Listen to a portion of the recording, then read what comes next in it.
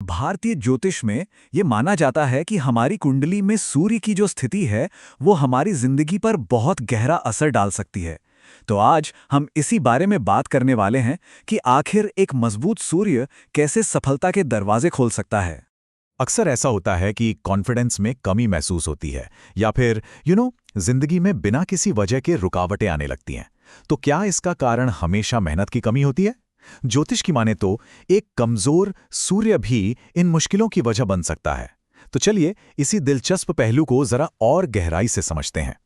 तो आज हम क्या क्या जानने वाले हैं। सबसे पहले देखेंगे कि कमजोर सूर्य के लक्षण क्या होते हैं। फिर बात करेंगे जल और मंत्र की शक्ति की।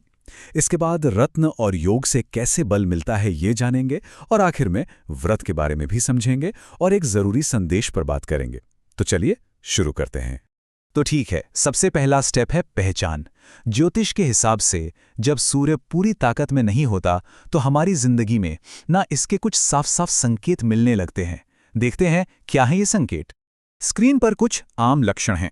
हो सकता है इनमें से कुछ जाने पहचाने लगें, जैसे कॉन्फिडेंस की कमी या फिर करियर में दिक्कतें। ज्योतिष के मुताबिक ये सब एक कमजोर सूर्य के इशारे हो सकते हैं, क्योंकि सूर्य ही तो हमारे मान सम्मान और हमारी लाइफ एनर्जी का सेंटर है। लेकिन यहाँ एक अच्छी बात भी है।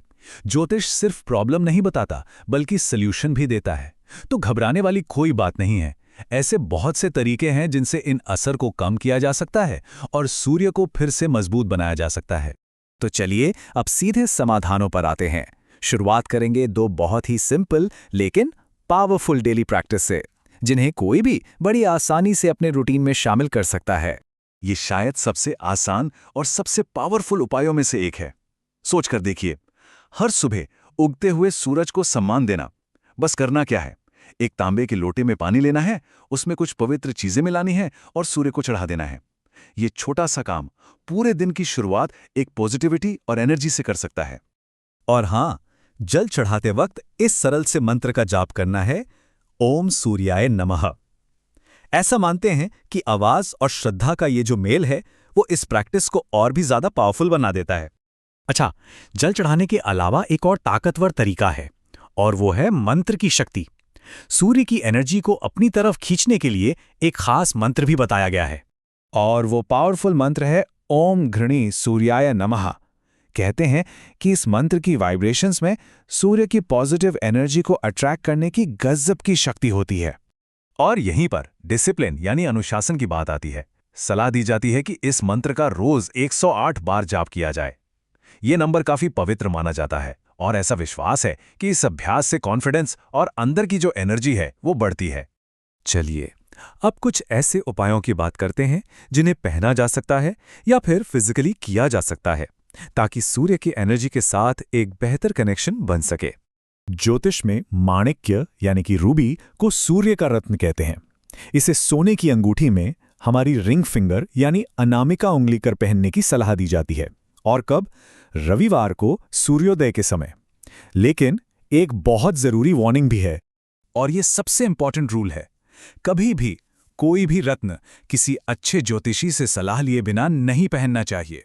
देखिए, हर किसी की कुंडली अलग होती है और गलत रत्न पहनने से ना फायदे की जगह नुकसान भी हो सकता है। ये बात एक काफी दिलचस्प सवाल खड़ा करती है। क्या पत्थर जैसी भौतिक चीजें सच में हमारे एनर्जी फील्ड पर असर डाल सकती हैं? ये एक ऐसा विचार है जो सदियों से कई कल्चर में मौजूद रहा है। सोचने वाली बात है ना? अच्छा, रत्नों से आगे बढ़ते हैं और अब बात करते हैं एक फिजिकल प्रैक्टिस की जो सूर्य की एनर्जी को ऑनर करती है। योग में सूर्य नमस्कार को सूर्य देव को खुश करने और अपने शरीर में उनकी एनर्जी को महसूस करने का एक बहुत पावरफुल तरीका माना गया है।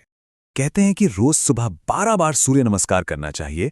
इससे सिर्फ शरीर हेल्दी और फ्लेक्सिबल नहीं रहता, बल्कि मन भी शांत होता है और पूरा दिन पॉजिटिव एनर्जी से भरा रहता है। और अब हम आते हैं अपने आखिरी पड़ाव पर।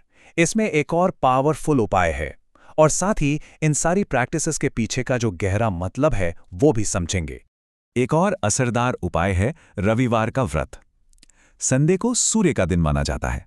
अब व्रत का मतलब भूखा रहना नहीं है, बल्कि कुछ सिंपल रूल्स फॉलो करना है, जैसे नमक कम खाना, लाल रंग के कपड़े पहनना और सूर्य देव की पूजा करना। ये एक तरह से अनुशासन और श्रद्धा दिखाने का तरीका है। और ये बात हमें इन सारे उपायों की जड़ तक ले जाती है। देखिए, सूर्य सिर्फ ज्योतिष का एक ग्रह नहीं है, वो तो हमारे सोलर सिस्टम में जिंदगी का सोर्स है। ऊर्जा, प्रकाश, गर्मी, सबका सिंबल है।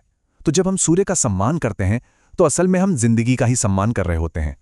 तो फिर इन सारे उपायों का सार क्या निकला? बहुत सिंपल है। सूर्य के लिए सम्मान और ग्रैटिट्यूड के जो छोटे छोटे लगातार किए जाने वाले काम हैं, वो हमारी जिंदगी में बड़े पॉजिटिव बदलाव ला सकते हैं। ये एक तरह से अनुशासन और यूनिवर्स के साथ अपने रिश्ते को याद रखने की एक डेली प्रैक्टिस है। तो इसी पावरफुल और शुभ संदेश के साथ आज की ये बातचीत खत्म करते हैं।